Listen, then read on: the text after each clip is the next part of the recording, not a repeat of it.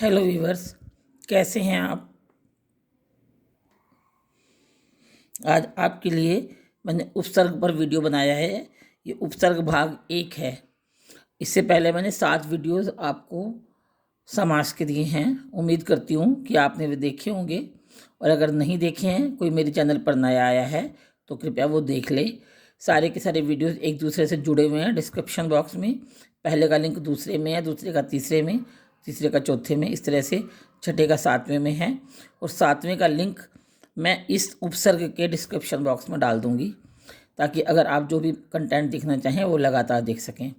और पिछले वीडियोस मेरे क्रिया पर बहुत सारे वीडियोस हैं, विस्तार से चर्चा की गई है। लिंग पर हैं, वाच्य पर हैं, और प्रश्नोत्तरीय रामायण की। इसके अलावा बहुत सारे जनरल नॉलेज के ऊपर हैं, स्वास्थ्य से जुड़े हुए हैं। और आप कम्युनिटी में जाकर आप मेरे पोस्ट देख सकते हैं। उसमें क्वेश्चंस बहुत सारे डाले हुए हैं मैंने, तो आप जो चाहें वो देख सकते हैं। शॉर्ट्स बहुत सारे हैं, लॉन्ग तो हैं ही हैं। आइए वीडियो शुरू करते हैं। उपसर्ग उपसर्ग होता क्या है। शब्द बनाने की प्रक्रिया में जैसे हम संधि से शब्द बनाते हैं, ऐसे ही समास से शब्द बनाते हैं, और ऐसे ही उपसर्ग से भी शब्द बनाते हैं। इंग्लिश में इसको प्रीफिक्स कहते हैं। शब्द 2 प्रकार के होते हैं, जैसे मूल शब्द और निर्मित शब्द। उपसर्ग का प्रयोग शब्दों के निर्माण के लिए किया जाता है। मूल शब्द के साथ में इनको जोड़ करके प्रयोग किया जाता है। आइए परिभाषा देखते हैं। निर्मित शब्द जो बनाए गए शब्द हैं। निर्मित का मतलब बनाए गए शब्द। उपसर्ग जो शब्दांश शब्दों से पहले लगकर उनके अर्थ में परिवर्तन या विशेषता ला देते हैं, उन्हें हम उपसर्ग कहते हैं।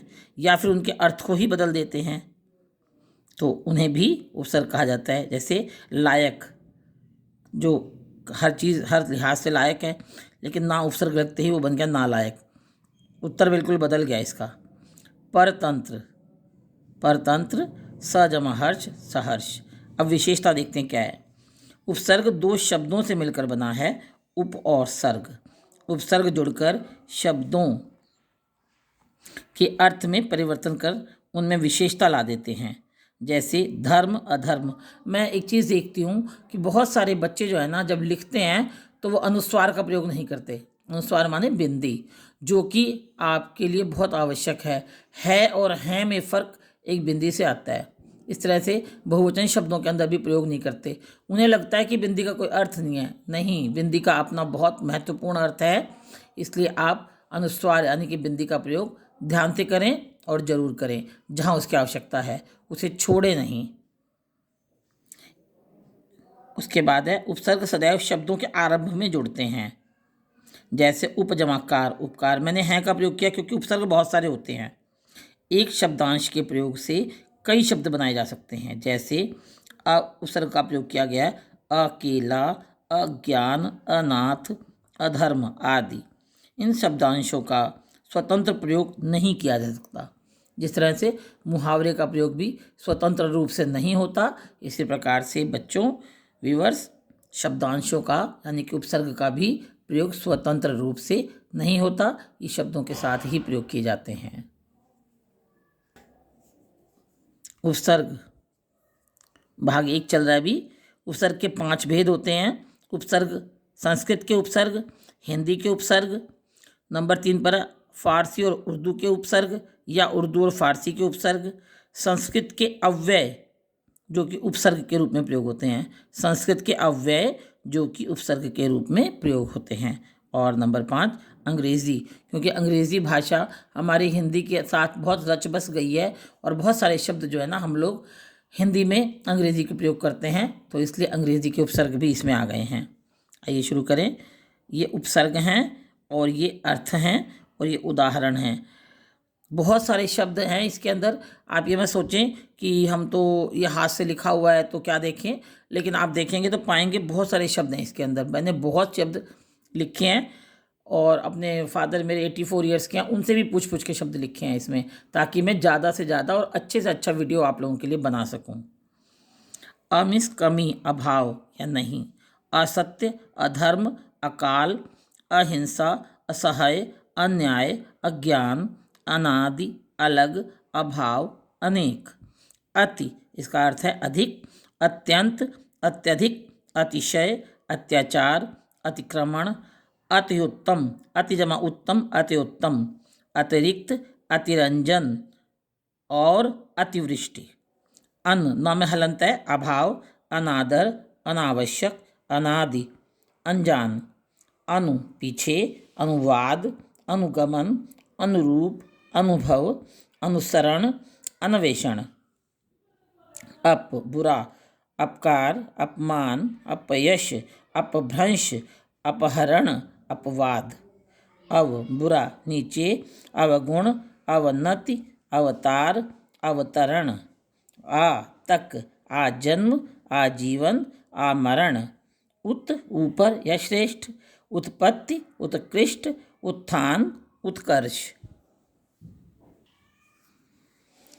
दुर बुरा या कठिन इसका अर्थ है ये। अब शब्द हैं दुर्दशा, दुर्गुण, दुर्बल, दुर्जन, दुर्गम, दुर्भाग्य। दुस स में हलंत है, यहाँ रा में हलंत था। बुरा, दुष्कर्म, दुस्साहस, दुष्चरित्र। निर रा में हलंत है बिना, निर्दोष, निर्बल, निर्गुण, निर्धन, निर्मल, निर्भय। प्र आगे, प्रकोप, प्रगति, प्रबल, प्रचार। बहुत से लोग उसको प्रगति बोलते हैं, नहीं गलत है बोलना ये। प्रगति, प्रभाव, प्रकार, प्रयोग, प्रकाश। प्रति सामने, हर एक या विरोध जताना। प्रत्यक्ष, प्रत्येक, प्रतिहार, सामने हर एक, हर एक।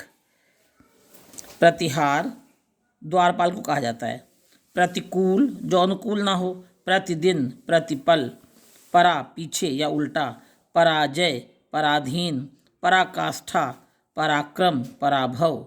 विशेष या भिन्न, वियोग, विशेष, विधवा, विहार, विदेश, विजय।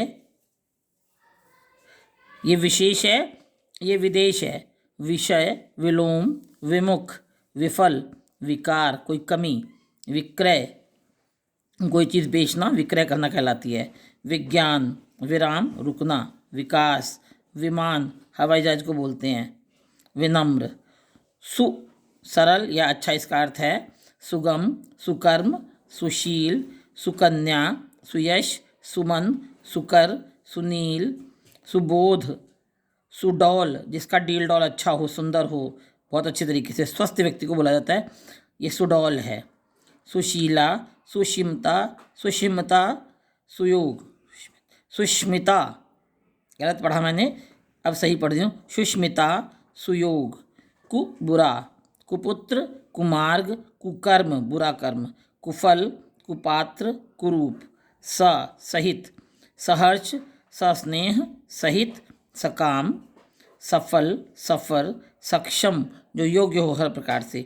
समय, सादर, आदर सहित। उम्मीद करती हूँ कि आपको वीडियो पसंद आएगा। मैंने बहुत अच्छे तरीके से प्रयास किया है कि मैं आपको ज़्यादा से ज़्यादा शब्द दे सकूँ लिखकर, और आप भी प्रयास करें शब्द लिखने का, बनाने का शब्द। और कोई मेरे चैनल पर नया आया है तो मेरे चैनल को सब्सक्राइब करें। वीडियो देखने के लिए बहुत धन्यवाद। आप लगातार वीडियोस देखें।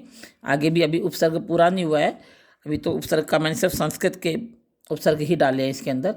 आगे और भी इसके भाग हैं जो मैं बना रही हूँ, आप देखते रहें। धन्यवाद।